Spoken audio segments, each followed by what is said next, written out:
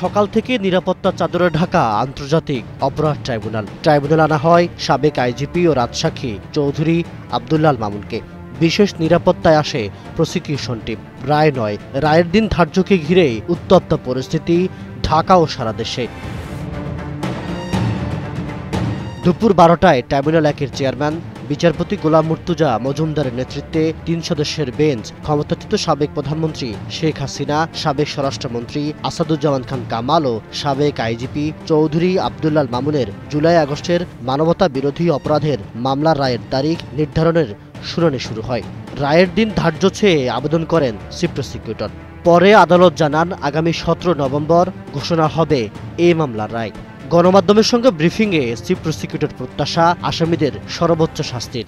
আদালত তার সুবিবেচনা, তার প্রজ্ঞা প্রয়োগ করবেন এবং এই জাতির যে বিচারের জন্য আকাঙ্ক্ষা, যে তৃষ্ণা, সেটার প্রতি তারা সুবিচার করবেন এবং একটি সঠিক রায়ের মাধ্যমে বাংলাদেশে টানা তৃতীয়বার অর্জন করেছে দেশের সেরা সুপার ব্র্যান্ড স্বীকৃতি বসুন্ধরা টিস্যু।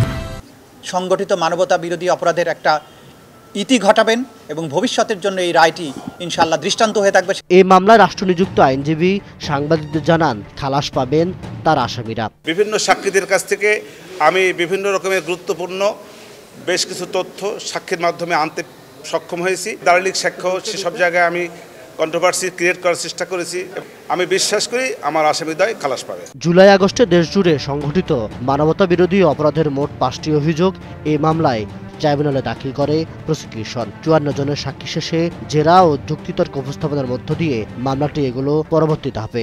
অপেক্ষার প্রহর শেষ হতে চলেছে সাবেক প্রধানমন্ত্রী শেখ হাসিনা, সাবেক স্বরাষ্ট্রমন্ত্রী আসাদুজ্জামান খান কামাল এবং সাবেক আইজিপি চৌধুরী আব্দুল্লাল মামুনের জুলাই-আগস্টের মানবতা বিরোধী অপরাধের মামলার রায়ের। প্রসিকিউশন প্রত্যাশা করছে আগামী 17 নভেম্বর এই মামলার রায়ে সর্বোচ্চ সাজা পাবে আসামিরা। অন্যদিকে রাষ্ট্রনিযুক্ত আইনজীবী প্রত্যাশা করেছেন খালাস পাবেন আসামিরা।